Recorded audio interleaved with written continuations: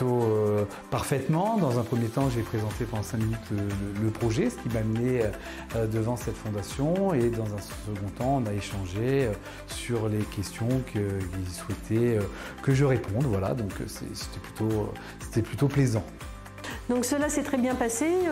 Effectivement, il y a eu beaucoup de questions sur notre atelier mobile, sur le public destinataire et la mise en place, mais tout ça de façon bienveillante, donc ça s'est plutôt bien passé. Eh bien, très bien. J'ai effectivement pu répondre aux questions et donc compléter mon intervention qui devait effectivement se faire sur une durée très limitée. Et donc ça m'a permis effectivement de développer tous les points que j'avais préparés.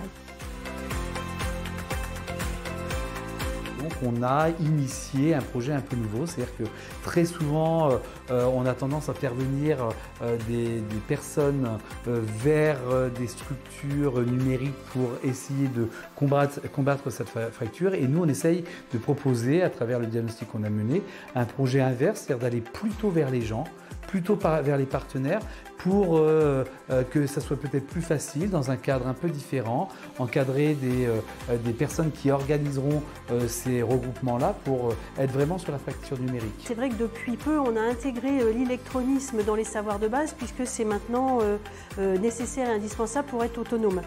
Donc par rapport à ça, depuis 2 ans, on mène des ateliers numériques savoirs de base qui mélangent l'acquisition du français et l'acquisition du numérique en milieu urbain. Et c'est vrai que le projet que nous avons déposé, c'était pour proposer une unité mobile qui puisse aller vers le public pour repérer ce public en difficulté et qui puisse en même temps proposer des ateliers de formation de façon régulière pour lutter contre la fracture administrative et lutter contre l'illettrisme. Le projet consiste à proposer un accompagnement aux personnes bénéficiaires de l'association pour à la fois leur permettre d'être autonomes dans les démarches en lien avec le numérique, notamment toutes les démarches administratives qui du coup vont être de plus en plus de façon dématérialisée, mais également de les sensibiliser en fait aux risques en lien avec le numérique, et notamment